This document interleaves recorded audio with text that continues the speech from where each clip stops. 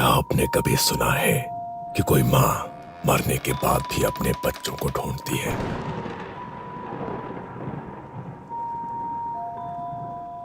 एक गांव है बेलपुर। दिन में बिल्कुल आम, पर रात होते ही यहाँ की हवा भी सांस लेना भूल जाती है। लोग कहते हैं कि रात में उन्हें पीपल के नीचे एक औरत बैठी दिखाई देती है, गोद में बच्चा, पर होठों पर एक ही सवाल, मेरा बच्चा कहाँ है? बेलपुर एक छोटा सा गांव। इसी गांव के आखिरी छोर पर था रघुवीर का घर। बाहर से देखने पर साधारण, पर अंदर एक औरत रोज जिंदा दफन होती थी। उसका नाम था अंजलि। अंजलि की शादी को 8 साल हो चुके थे। शादी के पहले हफ्ते से ही उसे समझ आ गया था कि ये घर उसे बहू नहीं, एक गुलाम समझता है। तेरे बाप ने क्या दिया था? 2 बर्तन और एक पुरानी अलमारी? अंजलि चुप रहती है। शायद कल सब ठीक हो जाएगा। लेकिन हर कल पहले से बदतर हो गया। शादी में जितना खर्च किया उतना तो आज तक वसूल भी नहीं हुआ है। साल बीतते गए, घर में कोई किलकारी नहीं गूंजी। पहले फुसफुसाहटें थी, फिर ताने बने, और फिर ये ताने अंजलि की पहचान बन गए। सुबह का वक्त था। अंजलि चूल्हे पर रोटी सेक रही थी। उसके हाथ कांप रहे थे। सास ने पड़ोसन से बात करते हुए जानबूझकर ऊंची आवाज में कहा, आजकल की लड़कियां न जाने क्या खाकर आती है मायके से। शादी के इतने साल हो गए, एक औलाद नहीं दे सकी। अंजलि ने पीछे मुड़कर कुछ कहना चाहा, लेकिन शब्द गले में अटक गए। रघुवीर हंसते हुए बोला, अरे माँ छोड़ो ना, किस्मत ही फूटी है इसकी। मेरे दोस्त के घर देखो, शादी के 2 सालों में 2 बच्चे। अंजलि ने चुपचाप रोटी पलटी। उसकी आंखों में आंसू थे, पर आवाज नहीं। एक दिन अंजलि के मायके से उसके माता पिता आए थे। माँ ने बेटी को देखते ही समझ लिया कि कुछ बहुत गलत है। अंजलि खाना परोस रही थी। बहू, थोड़ा तेज चलो। वैसे भी तुमसे क्या उम्मीद रखे? ना घर बढ़ाया ना वंश, कम से कम खाना तो गरम खिलाओ। रघुवीर अपनी मुंडी नीचे करके हंस रहा था। अंजलि की माँ रेखा ने बीच में कहा, बहन जी, डॉक्टर को दिखाया क्या? ससुर भैरव सिंह ने हंसकर जवाब दिया, दिखाया था। डॉक्टर ने साफ कहा कि दिक्कत जो है लड़कियों में है। ये झूठ था। कोई डॉक्टर नहीं, कोई जांच नहीं, बस इल्जाम। अंजलि का सिर झुक गया। उसके पिता कुछ बोलना चाहते थे, लेकिन बेटी की आंखों में डर देखकर चुप रह गए। धीरे धीरे ये बातें घर की 4 दीवारों से बाहर निकल गई। कुएं पर पानी भरती औरतें उसे देखकर कहती, वही अंजलि है ना? हाँ, इसकी सास कहती है ये बांझ है, इसके पति की दूसरी शादी होनी चाहिए। अंजलि जहां जाती उसे अपनी पीठ पर लोगों की उंगलियां चुभती महसूस होती। एक रात अंजलि अकेली बैठी थी, हाथ पेट पर रखे हुए। उसे सारी बातें याद आ रही थी। बांझ है, ये वंश मिटाने आई है। ऐसी औरत को तो घर में रखना भी पाप है। अगर मैं माँ बन पाई तो क्या सब बदल जाएगा? उसे तब नहीं पता था कि उसकी कोख खाली नहीं थी, लेकिन उससे पहले समाज ने उसे बांझ घोषित कर दिया था, और यही वो जहर था जो उसकी आत्मा में धीरे धीरे भर रहा था। हर ताने के साथ अंजलि की आत्मा में एक दरार पड़ती गई। 5 साल बीत चुके थे, जिनमें अंजलि ने हर ताना, हर मार चुपचाप सह लिया था, क्योंकि उसके मन में एक ही बात चल रही थी, अगर बच्चा हो गया तो सब ठीक हो जाएगा। रात को जब रघुवीर शराब पीकर आता, औरत है तू, पर अगर बच्चा नहीं दे सकी तो किसी काम की नहीं। वो उसे पीटता, कभी दीवार से पटकता, कभी बाल खींचता। अंजलि रोती नहीं थी, बस मन में यही दोहराती, बस एक बार गर्भधारण हो जाए, फिर शायद सब बदल जाए। लेकिन रघुवीर की शराब, उसकी मार और अंजलि का टूटता शरीर, इन सब के बीच गर्भ ठहरना आसान नहीं था। शादी के 5 साल बाद एक सुबह अंजलि को उल्टी हुई।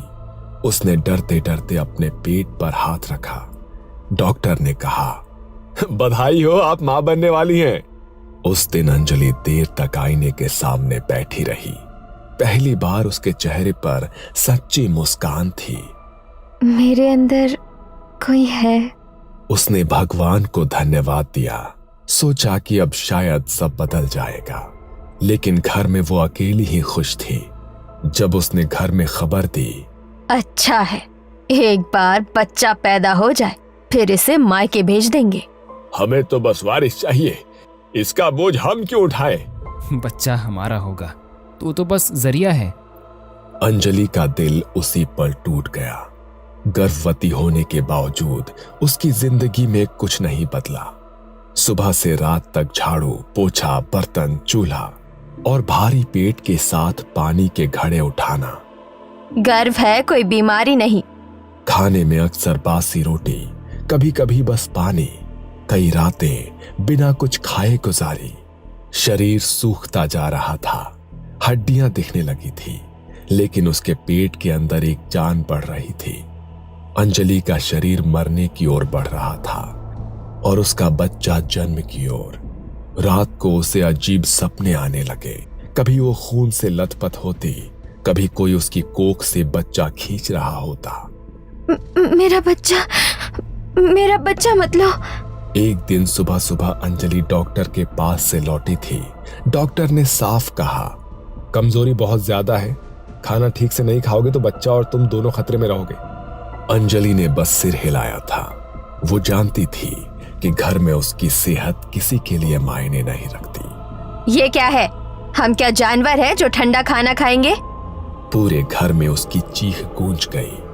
अंजलि घबरा गई। माँ जी, डॉक्टर के यहाँ से आई थी, थक गई थी, अभी गर्म कर देती हूँ। ससुर ने बिना कुछ कहे थाली को जोर से धकेल दिया। थाली उलट गई, दाल फैल गई, रोटी जमीन पर गिर गई। नाक कटवाने आई है? बांझ थी, अब गर्भ में भी अकल नहीं आई है। और तभी रघुवीर उठा। उसकी आंखें लाल थी, मुंह से शराब की बदबू। जानबूझकर करती है ये सब, हमसे बदला ले रही है। पहला थप्पड़ पड़ा, अंजलि लड़खड़ा गई। दूसरा थप्पड़, फिर लात। कोई बचाने नहीं आया। अंजलि चिल्लाई, माँ जी, बाबूजी, मुझे बचाओ। लेकिन शांताबाई और ससुर चुपचाप बैठे देखते रहे। रघुवीर रुक नहीं रहा था। घूंसे, लात, दीवार से टकराता शरीर। अंजलि जमीन पर गिर पड़ी। उसने दोनों हाथ अपने पेट पर रख लिए। मेरे पेट में बच्चा है, उसके लिए तो रुक जाओ। लेकिन चीखते चीखते अचानक अंजलि शांत हो गई। उसकी जान चली गई थी। पूरे कमरे में सन्नाटा। सिर्फ एक बात, अच्छा हुआ झंझट खत्म, लेकिन इसे ऐसे ही नहीं छोड़ सकते। अगर किसी को पता चल गया तो पूरा गांव सिर पर चढ़ जाएगा। पुलिस, पंचायत और फिर बदनामी अलग। शांताबाई ने अंजलि की लाश को घूरते हुए देखा। उसकी आंखों में न डर था, न पछतावा। कोई संस्कार वंस्कार नहीं होगा। चिता जलेगी तो पूरे गांव को बताना पड़ेगा, झूठी चिंता दिखानी पड़ेगी। थोड़ा रुक कर वो बुदबुदाए, कल मोही बच्चा लेकर चली गई। रघुवीर चुप था। शराब का नशा अब उतर चुका था। उठा इसे और पीछे खेत में गाड़ दे, सुबह तक कोई निशान नहीं रहना चाहिए। रघुवीर ने अंजलि के शरीर को उठाया। उसके हाथ अब भी पेट को पकड़े हुए थे, जैसे वो मरने के बाद भी अपने बच्चे को बचा रही हो। रघुवीर का हाथ एक पल को कांपा, लेकिन वो रुका नहीं। उसने अंजलि को उठाया और पीछे के दरवाजे से बाहर निकला। खेत में अंधेरा था। रघुवीर ने एक गड्ढा खोदा और अंजलि को उसी कपड़े में गाड़ दिया गया जिसमें वो मरी थी। न कोई मंत्र, न कोई अग्नि, न कोई अंतिम शब्द। ऊपर खेत, नीचे एक मां और उसके गर्भ में अधूरी जिंदगी। रघुवीर वापस आया, हाथ धोए। तीनों ने चुपचाप खाना खाया। तीनों अपने अपने कमरों में सोने चले गए, जैसे कि कुछ हुआ ही ना हो। जैसे घर में कभी अंजलि थी ही नहीं। 3 दिन बीत गए थे। घर में अंजलि का नाम कोई नहीं लेता था। खेत के पीछे की मिट्टी अब बैठ चुकी थी। पर तीसरी रात, आधी रात के करीब शांताबाई की नींद टूटी। कानों में छोटे बच्चे की आवाज गूंज रही थी। ये किसकी आवाज है? कहीं बच्चा रो रहा है? कौन सा बच्चा? सो जा। लेकिन आवाज रुकने का नाम नहीं ले रही थी। धीरे धीरे वो आवाज पूरे घर में फैल गई।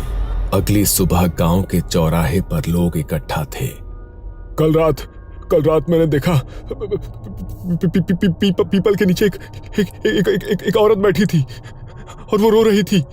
अब मैंने भी सुना किसी के रोने की आवाज आ रही थी। मैंने भी देखा, लेकिन चेहरा साफ नहीं दिखा, पर गोद में कुछ था। गांव में बात फैल चुकी थी कि रात में कोई औरत दिखाई देती है। रघुवीर के घर में अब रातें सबसे डरावनी हो चुकी थी।